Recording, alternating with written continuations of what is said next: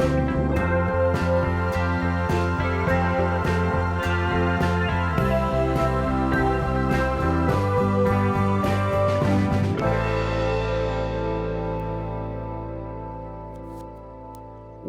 to One on One. This is your favorite program coming from Baraton TV, here and hereafter, broadcasting from the University of Eastern Africa, Baraton. Today we have a very, very important guest that we are going to learn a lot from, Professor Ron Smith. You're welcome, Prof. Thank you very much. Yes, we are happy to have you at our studio at the University of Eastern Africa, Baraton. Well, I'm very pleased to be here, and it's a gorgeous, gorgeous campus, and I've really been impressed with it. You like the place? I like the place, yes. All right. You're welcome. Now, our viewer would like to know, who is Professor Ron Smith? Where were you born? I was born in Ames, Iowa, in the United States. My parents were just passing through at the time. They lived in Minnesota. Okay. And I decided to be born. In Iowa? Yeah. My mom and dad had been to Iowa State University. Okay. And my older brother had been born there, and so she called up the doctor, and he said, "Come," and that's where I was born. Okay. So is that where you went to school too, Iowa? Yes, I did go to school in Iowa, and I've spent most of my life in Iowa, but I've been to a number of different places. Okay. My dad was a missionary, and so we lived in Minnesota, Hawaii, Iowa, Texas, and Missouri, and Canada. Okay. And so I was my last year in high school in Canada, and then I came back to Iowa for university. Okay. So what did you study at the university? I studied mathematics. Mathematics. And that has been my profession. And you've been teaching mathematics? I've taught mathematics for 39 years. 39 years. And well, if you want to count what I did as a TA, it's more than that. But yeah, I retired 2 years ago from Graceland University in Lamoni, Iowa, where I taught for 39 years. Wow. So what area of mathematics? I guess mathematics also has many areas. What's your favorite area of mathematics? It does have a lot of areas. And I would say that my favorite is probably algebra. Okay. But it's I taught calculus, of course, all of my years, and I have a lot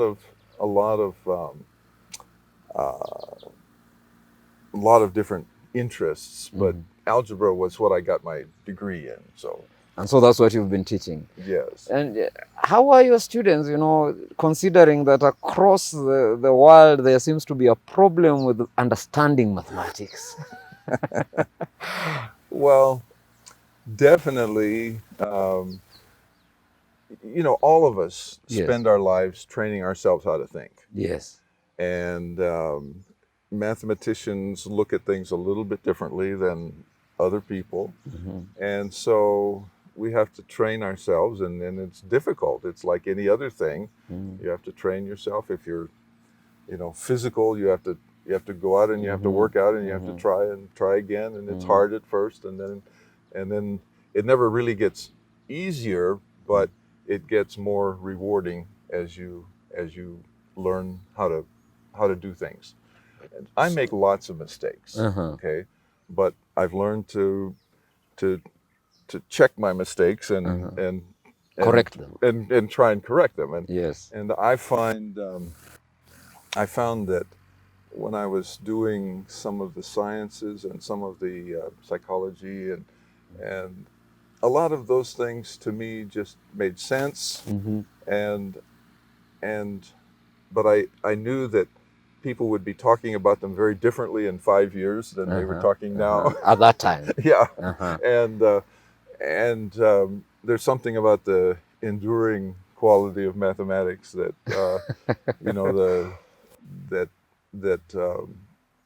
it's like the search for truth. And so for me, there's some arbitrariness about mathematics, about the rules, but at least you know what the rules are, And you apply them. and you apply them, and you say, if these things are true, then what has to be true? And now, in your teaching career, did you find situations where you say it was completely difficult for some of your students just to get it? Yes, Yeah. of course. I would say that nobody gets it right the first time, but there may be a few people. Yes. There are a few blessed individuals that We'll just get it the just first seem time. to get it the first time, but most people don't. Yes. And if people could do it, they wouldn't need any teachers. They just you know, there's books that have everything in it. You just read but even with the book, Yes. you need a teacher to guide you, to show Yes. you how to think about the next step, and that's where the teacher comes in. Now, many of our viewers who are watching us may be struggling maybe through school, and you know, mathematics for some reason is compulsory. we wish it was not compulsory, but you can't avoid it as you go through your academic journey. Yeah. What will you say, let's say, to children who are in primary school, kindergarten, you know, struggling with mathematics, in high school, junior high school, they're struggling with mathematics? Say something, Prof, as a professor of mathematics, as they go through that journey. Well, I can say this. I struggled with timed tests. I could do everything right that I was doing, but I could never finish. Okay. And so I had a lot of difficulty. Einstein had Albert a Einstein. lot of difficulty with mathematics, but yet he was able to come through because he thought about things very deeply, very hard, very long, and he was able to come with some very good observations about the universe. And then he put the mathematics with it. I mean, if it hadn't been for that he could put the mathematics with it, then it would have, his ideas never would have. And that famous formula. Yes. Yeah. E equals mc squared. Yes. What's that formula about? The Einstein formula. That formula is about the equivalence between matter and energy. Okay. So the E is for energy, and the M is for mass, and C is the velocity of light. But what well, Einstein, I don't know if you want me to give you a lecture on Einstein. Just a short one. Yeah, a little bit.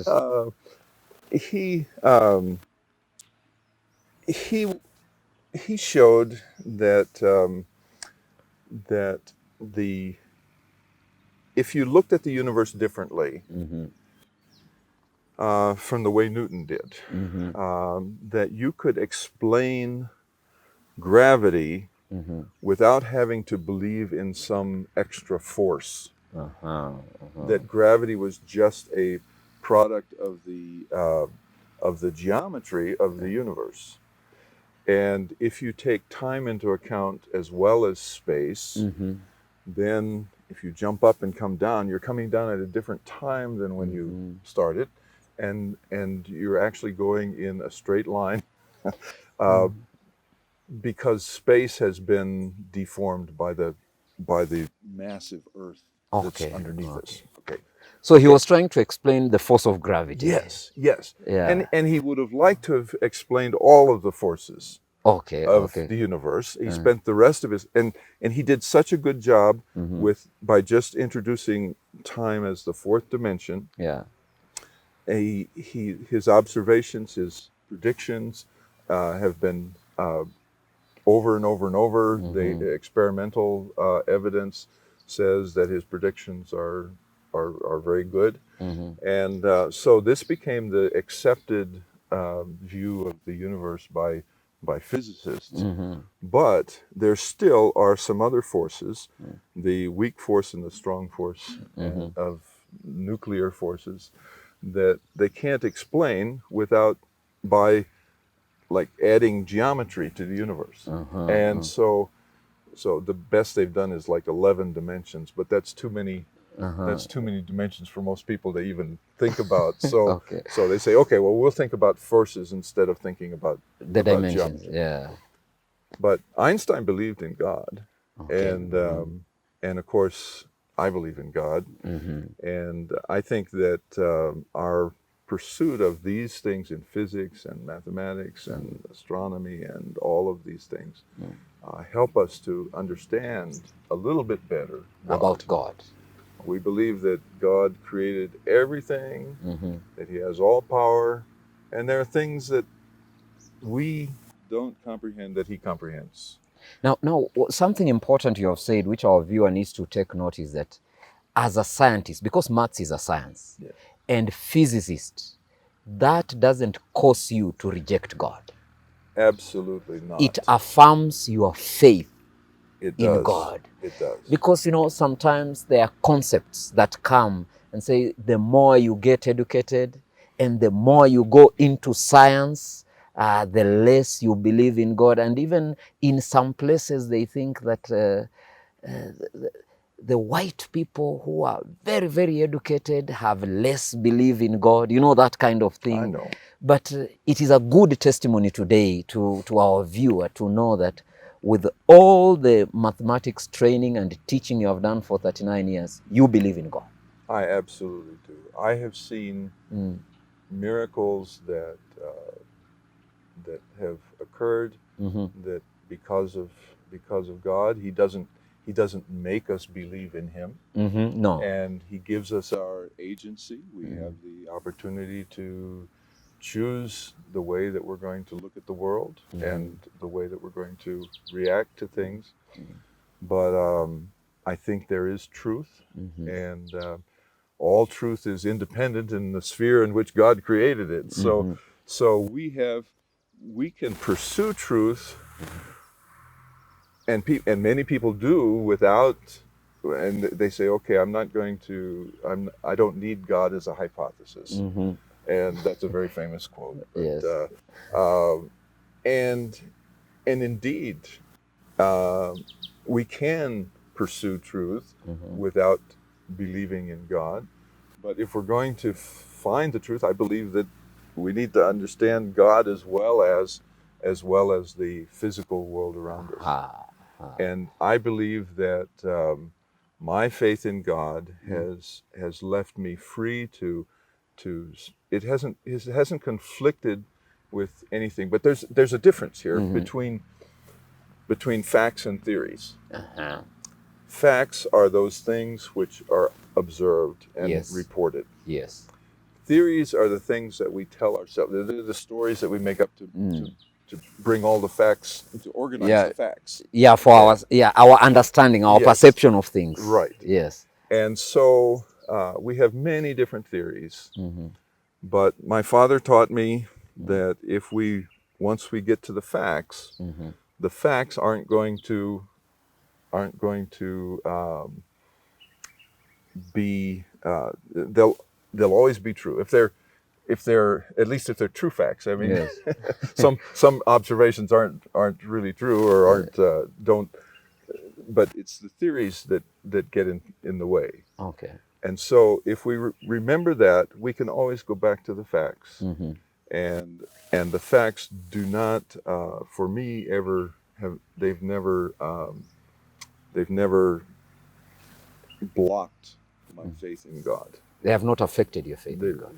Well, I think they've affected them, but they've made it stronger. Affected it positively. Positively instead of negatively. And that's not everybody feels that way. But, yes. But and everyone is free to feel the way they. Everyone is free. Yes. Everyone is free, and that's an important part. God gave that ability to choose in the very beginning. In the very beginning, and He doesn't want to take that away. And I believe that that's one of those things about God that's very, very important. So. Wow. No, we really appreciate Professor Ron Smith for coming to Baraton TV. Now, I would like you to say something to our viewer. Now, there are two types of viewers who are viewing us. there are those who are viewing us and they are so interested because of your mathematics background. So I would like you to say something to them. Then there are those who are viewing and they are interested in the faith aspect. And so there are these two groups. I would like you to say something to them as we wind up. Well, I believe that mathematicians can look at some scriptures that are slightly differently than other people might look at them. Mm-hmm. And I have some YouTube. I have a YouTube channel. Okay, okay. If you can tell us what's the name of the channel. If you go to YouTube and you type in Ron Smith mathematics, okay, and it'll be the first one that will come up. Yes, that comes up there. Uh-huh. And there are some fascinating things that mathematics can inform the scriptures, and the scriptures, I think, can inform mathematics as well. And so I would say that there's nothing about mathematics that would ever preclude faith in God. Okay. And we need to remember that there are mathematicians who don't believe in God, sure, as there are scientists that don't believe in God. But there are many, many who do believe in God. And part of our one of the first things I put out on there is a thing about proof, and what you need for proof, and what it how it works, and in mathematics there's a theorem that says that it's called Gödel's incompleteness theorem, and it says that no matter what set of axioms that we take for arithmetic, yes, there will always be statements about arithmetic that you cannot prove true or false within that system, no matter what the system is. Yes. And I find that fascinating, that even with arithmetic, which is the most studied, the cleanest set of axiomatic system that we have for proving things, we can't even prove everything about arithmetic. Wow. Wow. And that shows human limitation. Exactly. And our limitation causes us now to depend on God. I believe it does. Wow. Coming to you from Baraton TV, this is one-on-one, just having a good time with the Professor Ron Smith. Now, before we go, I want to encourage you to keep watching, because in our next series, there's something we are hiding here. These. And Professor is going to play some music, and if you keep watching our channel, you're going to enjoy some music from Prof. You have an interest in music. I do. Yeah. I have been fascinated with the guitar since I was in high school. Okay. And my parents gave me my first guitar when I was in my last year of high school. Yes. And I've been playing, and I told the Lord I would play for him as long as he'd let me play. So. Wow. Now, you know something about me. When I learned about the guitar, I was supposed to change my fingers this side and strike this side. Yes. But for some reason, when I'm changing the fingers, I forget to strike. And when I start striking, I forget to change the fingers. After a few attempts, I got the message from the Lord. Do something else. That wasn't what you were to do. Right. So Prof, after this program, we are going to have some music so that our viewer will enjoy. Okay. Thank you so much, coming to you from Baraton TV, here and hereafter. Thank you, and God bless you.